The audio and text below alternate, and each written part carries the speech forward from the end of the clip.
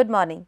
Welcome to the last lecture of this week for the ongoing course on understanding and reducing greenhouse gas emissions, and we are focusing on scope 1 and 2 emission reduction through building design and construction. In this series, we looked at different strategies. We are looking at different passive design strategies, and today we are going to look at daylighting and lighting design as part of this discussion. In the previous lecture, we looked at different aspects of natural ventilation, and we understood that even when the building is going to be air conditioned, allowing for natural ventilation and providing manual overrides will result in significant energy saving and eventually the emissions. In this lecture today, we are going to talk about daylighting, how we can incorporate daylighting into buildings. So, we are largely focusing on the design, building design for bringing in daylight. Then we are talking about different lighting systems and controls, and then energy efficient lighting.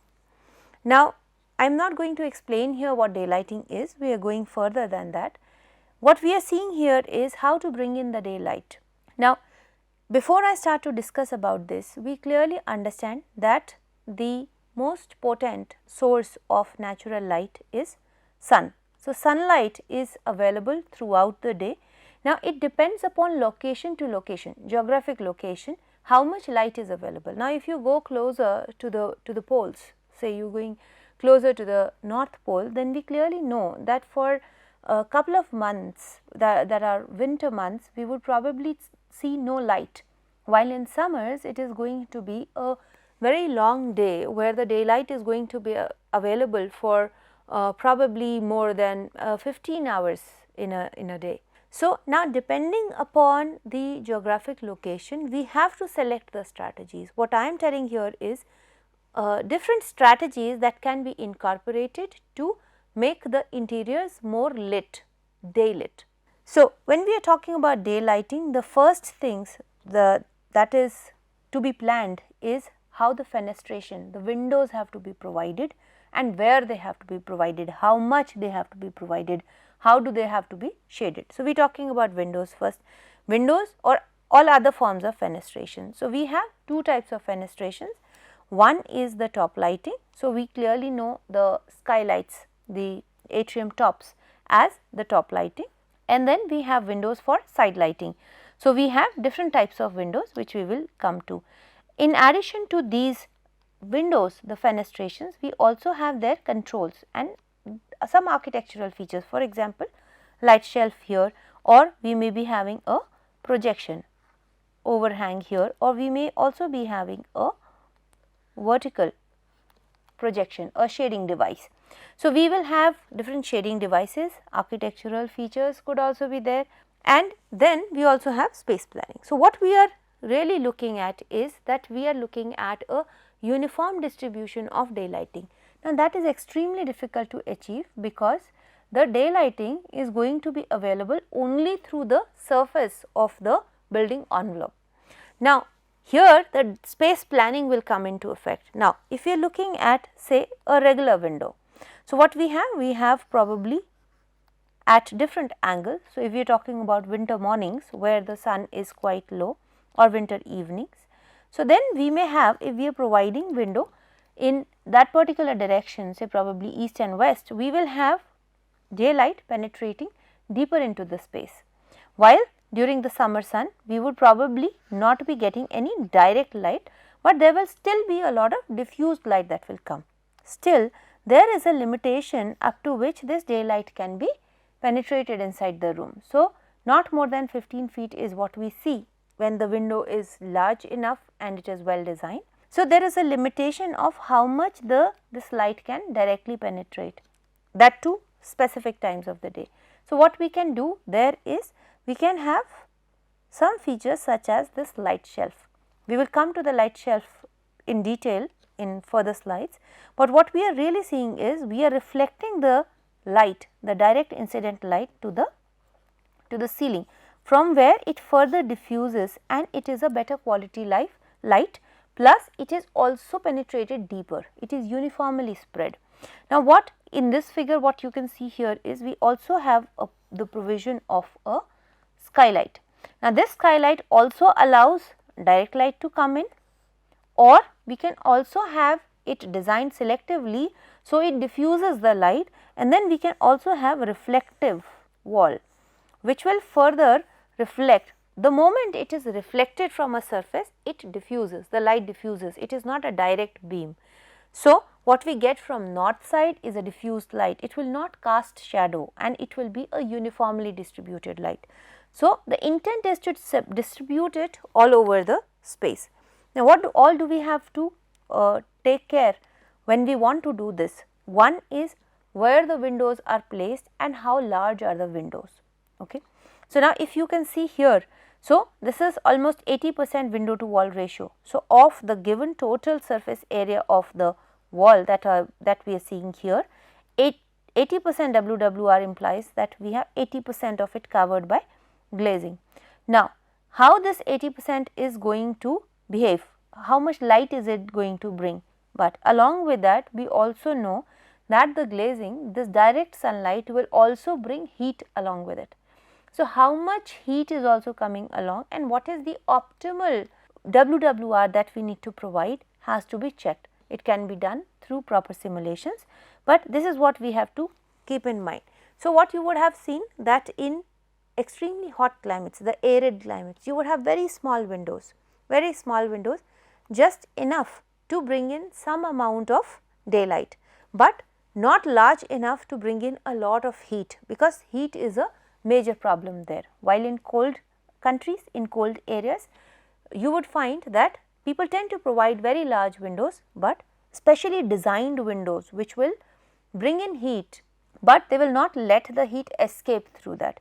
So, we will come to that too, but we have to design the windows for the place, for the context. So, one is window to wall ratio, which is the most important. The second one is the placement of window, orientation, where are we placing it for daylighting. So, we clearly know that if in tropical climates we place our windows in south and provide shading over it, we would be able to cut off all direct radiation from coming in, but there will be diffused light which will be made available if there is shading over it. If we are providing windows on north side, in northern hemisphere, I am talking about the context of India and northern hemisphere in general, if we have a north glazing on north facade, then there is no direct sunlight that is going to come in. So, less of heat and abundant sunlight, natural light which is diffused. So, there is less of heat coming with it, but a lot of light that is being allowed. This is going to remain diffused throughout the day, morning to evening. We are not going to have direct sun except for in the peak summers when the sun goes slightly towards northeast. So, other than that, we are going to have diffused light throughout the year. East and west will allow us to bring in direct sunlight, but in the also in the deeper areas, because the sun, the altitude of sun is very low, and when we have a window which is facing east, in that case we are going to have a much deeper penetration. Of course, we have to clearly see that the light has a limited range, a limited reach. If we provide a window in east, we cannot expect that it will still travel some 100 feet inside the building. No, it will not. It will still have the limitation which we have just seen. So, this is second. So, one is window wall ratio, how much of the window area, of the wall area has to be provided as window, 1.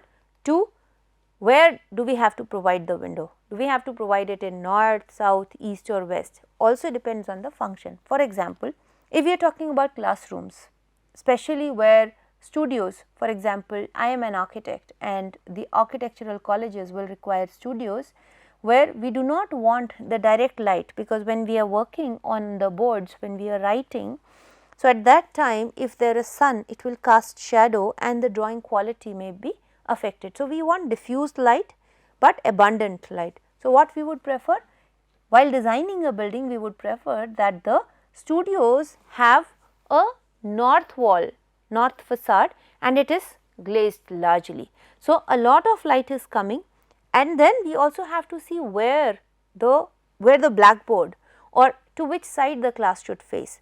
Large number of people are right handed people. there are fewer who are left handed. So, majority of us will be working with our right hand like this. So, we would want the light to be coming from the left side. So, the studio has to face east, so that the north light does not interfere, or the light coming from the northern facade does not cast shadow, and it facilitates. So, this is how careful we have to be when we design windows. Where do we place them? So, this is the second aspect of it. This is for daylighting that we are talking about. Ventilation, the placement we have already covered in the previous lecture.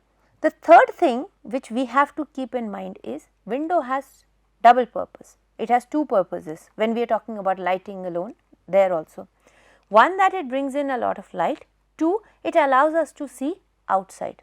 So, we have two types of glazing within that.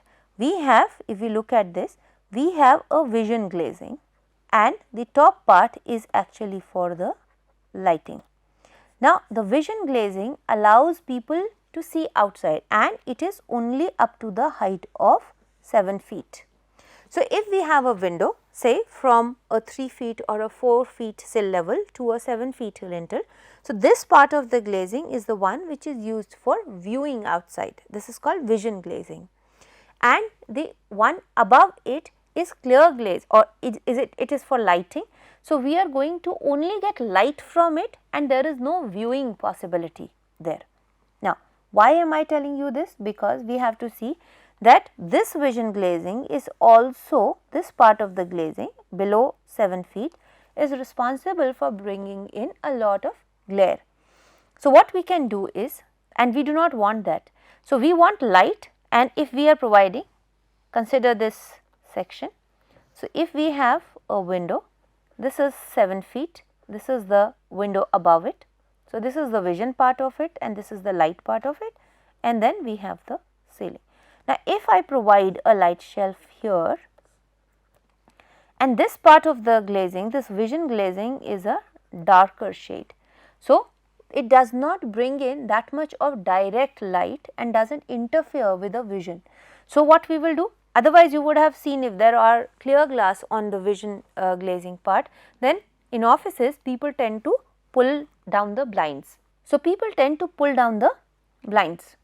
Now, that defeats the purpose. It does not serve as vision glazing nor as light glazing. So, what we can do, that we can darken this vision glazing, we can reduce the transparency, the clarity of it, so that less amount of light is brought inside, but people can still view outside.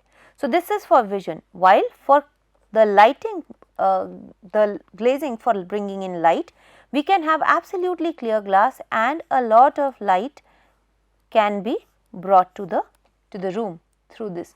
So, we can separate between these two. Often we have not considered doing this. We can separate materials, the color of the glass for these two parts of the glazing, and also come up with beautiful exteriors, facade designs using this. So, this is how we are going to design the fenestration as the first step, the design of fenestration, design of space to bring in more and more light. And we do not have to forget the contribution that the skylights, the top lights can make. You can look at the quality of this space, and throughout the day it will not require any lighting, artificial lighting. A lot of our public buildings, you would go and see a lot of airports doing the same, a lot of commercial buildings opening up their atriums, courtyards. Even when we are not viewing through a glazing outside, the presence of a glazing makes the humans feel connected to the outdoors, and it makes the overall space quality as an improved space. So, we have to see that even looking at the sky, which is not really viewing what is happening outside at the eye level, even then it changes the quality, and of course, it reduces the energy consumption for artificial lighting. Two, it improves the quality of the space. Now, light shelf here. So, it is an architectural feature, it is a passive design feature for making the light penetrate deeper. But what are the requirements? So, one, we have to have the light shelf above the vision glazing.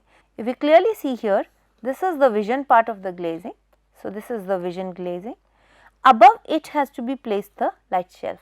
If we place it in between, it will obstruct the view, it will obstruct the vision. So, we do not have to do that. It has to be above the vision glazing. That is one. Second thing which is most important is that the upper surface of the light shelf. So, I am talking about this upper surface of the light shelf, it has to be reflective. It has to be light colored, it has to be glossy, so that it reflects almost 100% of the light that is incident on it. We are talking about light. So, when the solar light comes and hits this, it almost 100% of it is reflected back. So, this is the second requirement of light shelf, that this top surface of light shelf has to be smooth and reflective, and it has to be regularly cleaned. In a country like India, where we have a lot of dust in the environment, in the air, so this light shelf, the top surface of light shelf, which is also horizontal, it will tend to accumulate a lot of dust over time. So, it has to be regularly cleaned, it requires maintenance, this light shelf.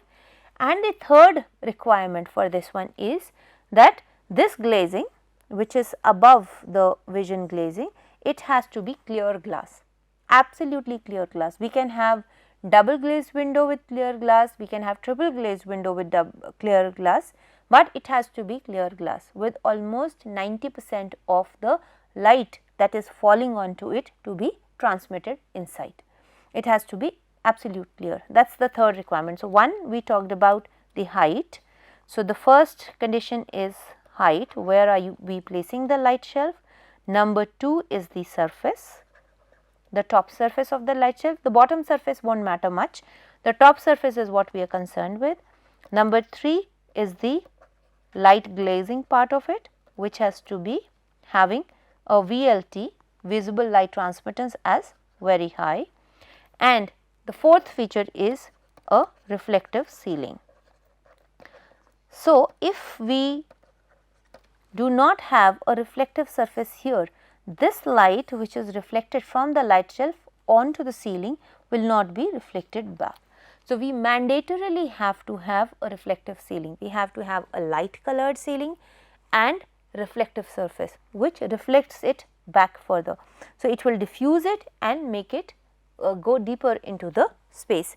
This is what we need when we are designing a light shelf, and it is a cost effective and extremely effective measure to bring in daylight to deeper areas, but it will still have its limitation. So, naturally if the light can penetrate maximum up to 15 feet, with this light shelf we may be able to take it say 10 feet further, but we cannot make it penetrate much deeper. So, we will have to look for other options. For example, we have these tubular lights, okay, or what we know as light pipes.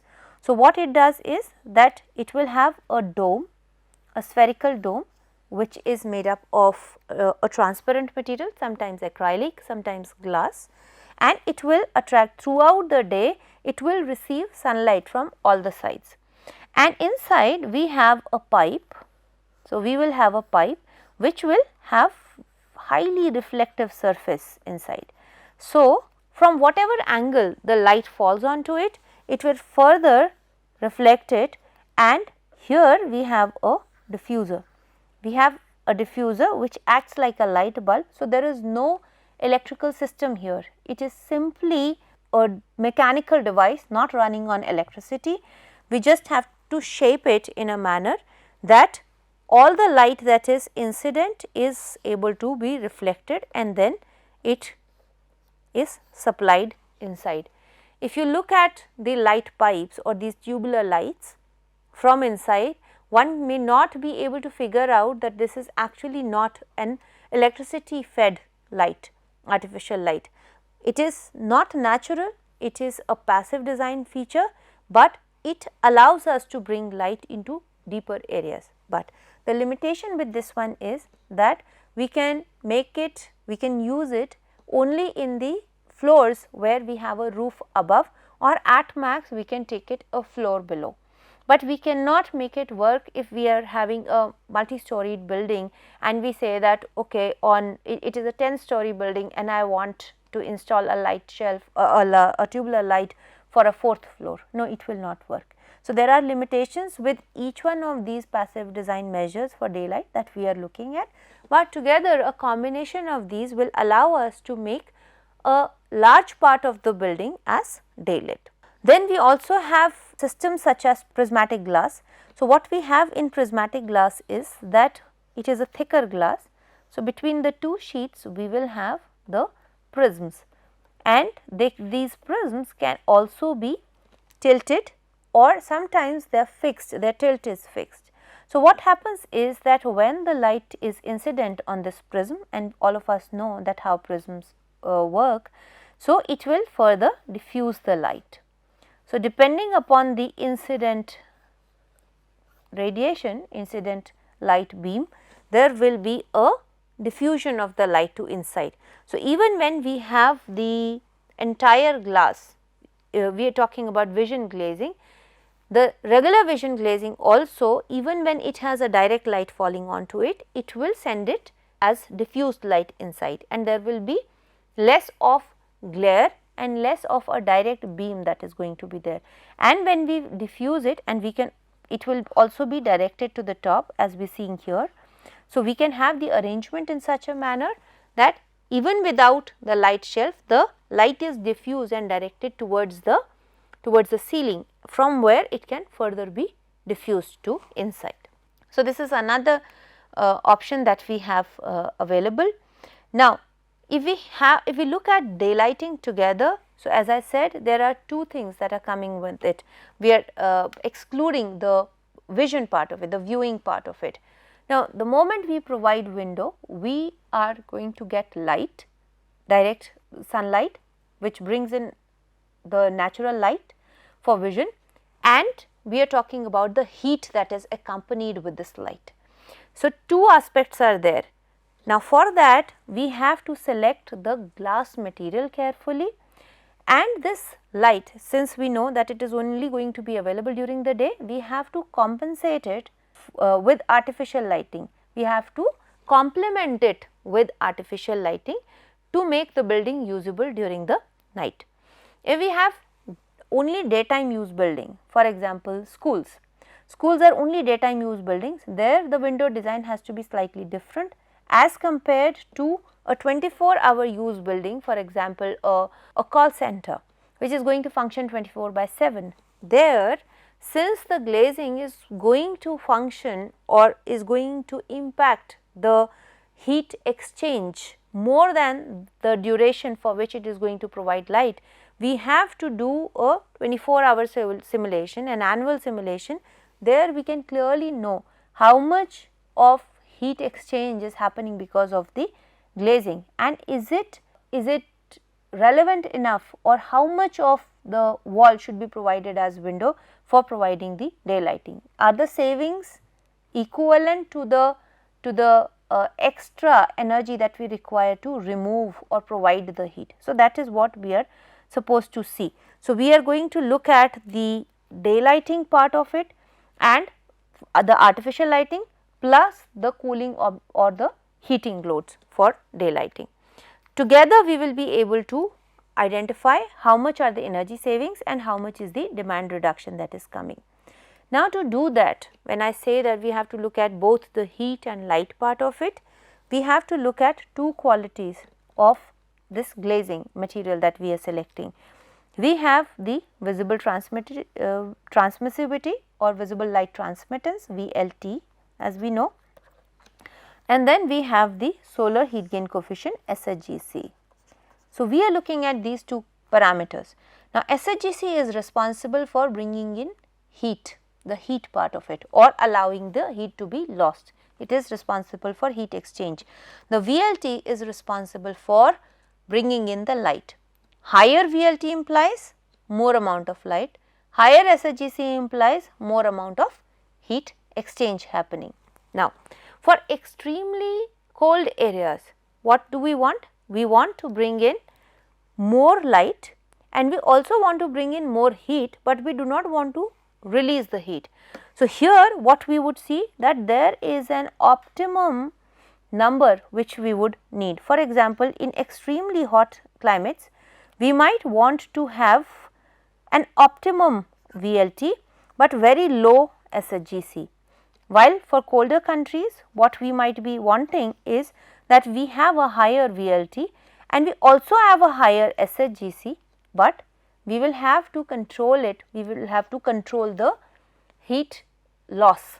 So, we might have to have selective glazings over this glass which will have high VLT and high SHGC. So, preferably clear glass which has a high VLT and high SHGC with some selective coating is what we are looking at. So, depending upon the context, the geographical location, we will select these glasses. We will come to this discussion in detail in the next week, where we are going to talk about material selection. In this week, we are only looking at passive design features. Next week, we are going to look at the material selection, the equipment selection. Now, once we have designed how the space has to be, how the windows have to be provided, how much windows have to be provided, what glazing material has to be given, what are the passive design architectural features that have to be provided, all that is figured out. Now, on top of that, we have to talk about the lighting systems and controls. So, we are talking about artificial lighting plus the controls of them. So, we are looking at daylighting plus artificial lighting together, especially for 24-hour use building. And why? Because lighting is one of the major significant contributors to the heat inside the building. So, the heat inside the building is of course because of the environmental load, because of the people who are there, because we release a lot of carbon dioxide and we give a lot of heat into the environment, and this lighting system is also one of the major contributors to the heat that is inside the building. So, now that depends upon what kind of fixture, lighting fixture we are going to use, and this is what we are going to see, and also the controls. So, if you look at the lighting fixture industry, I would say for sure I am talking about the building industry at large, and within that lighting industry has advanced at a pace like no other industry within this building industry. From incandescent bulbs to LED, they have moved very fast. And if we compare, I am sure all of you know that if we compare the traditional incandescent bulb with that of an LED bulb, and we supply or we require the same amount of lighting, same intensity of lighting, then we require at max 1/5 the energy to be supplied. We save a huge part of energy that is going in. And where is this saving coming from?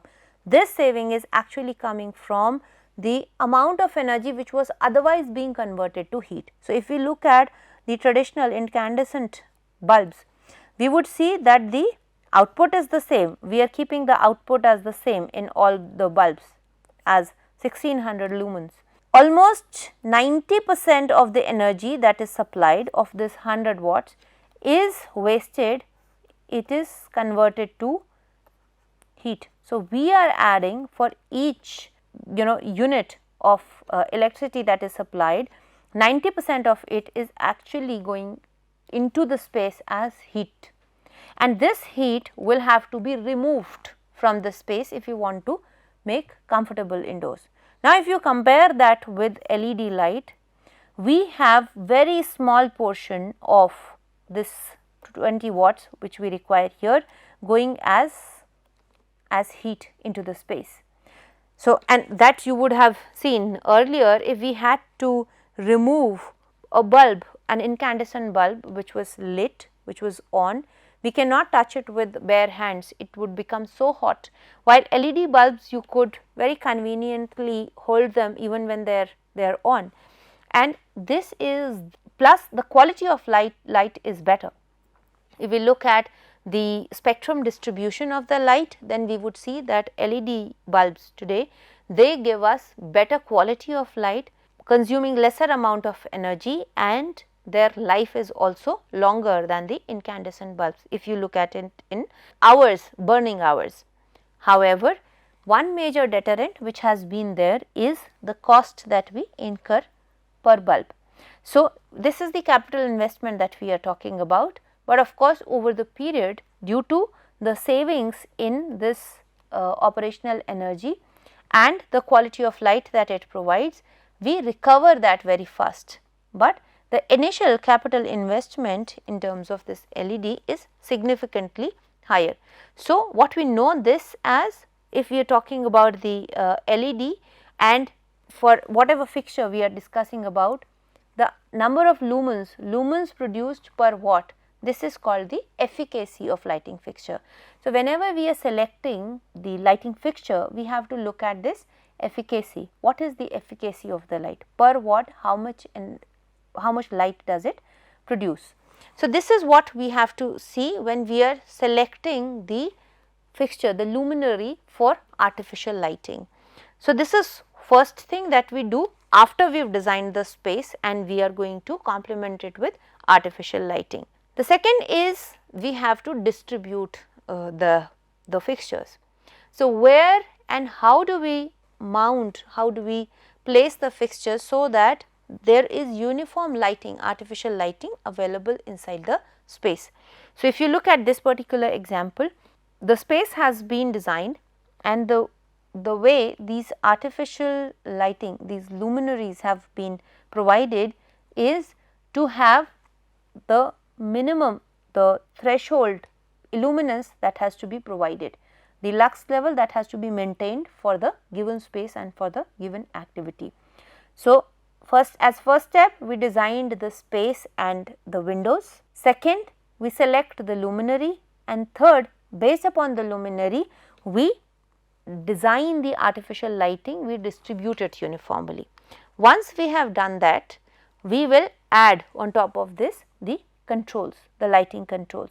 So, we can have normal controls, you have seen the manual switches on and off, so which is the simplest form, but in addition to that we can have multiple other controls. For example, we can have photocell controls. So, you would have seen a majority of the street lights in our country today, they have these photosensors. So, as soon as we have sufficient amount of daylighting available outside, they will automatically turn off, thereby saving huge amount of electricity. Earlier what we had, we did not have those controls. So, unless somebody manually turns them off, these lights would continue to remain on and continue to consume energy, the electricity. So, this is photo controls, and these sensors are now commonly available, these photo sensors, and commonly, for example, the balcony lights, the lights in the porch, the outdoor lights, they can all be connected even in a residence. It is not necessarily that for municipality, street lighting or for bigger facilities, the outdoor lighting has to be linked to this photo sensors, no. And one sensor can control an entire row of lighting, entire series of lighting. It is not necessary that for each light we have to have a separate sensor. One sensor can control the entire system. The second one is the occupancy control. So, if people are there, then the light turns on. If people are not there, then they turn off. So, this is infrared sensors. So, as they sense the infrared radiation, which is due to the presence of a living body, the light will turn on, otherwise it will automatically be off. We also have sensors which have overrides. So, we can have occupancy sensor as well as photo sensor. So, even when the occupancy is there, the sensor will not turn on if the photo sensor tells that there is enough light in the space. So, even for indoors we can have photo sensors, we can have the sensors sensing that how much of the light is coming from the windows plus the occupancy. So, it can be multiple sensors put in together. So, we have these controls.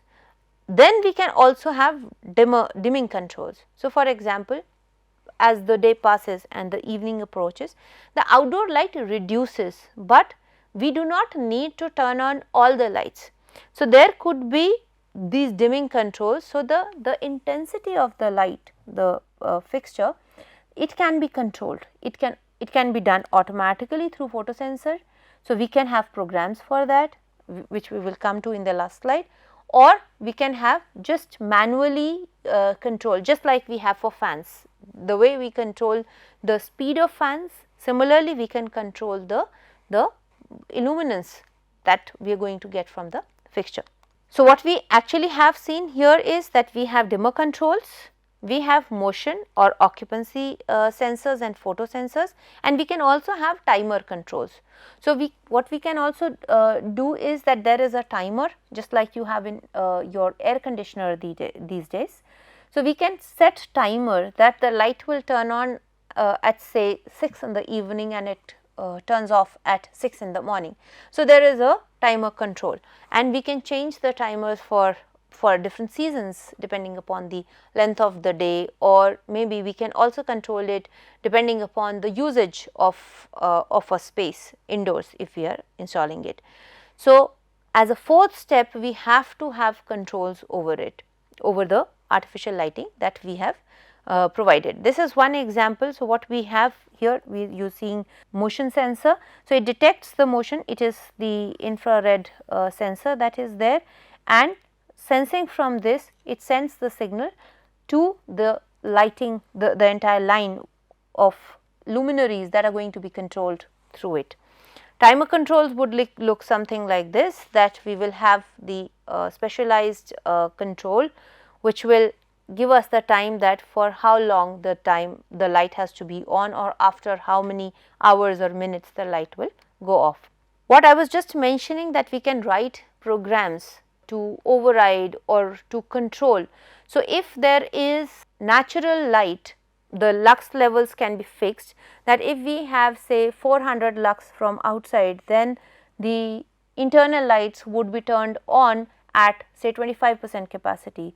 As it falls down to 300, the internal lights may be turned on to 50%. As it goes further down, it may be 75%, and then below this, if it is below 100 lux, then we turn them on 100%.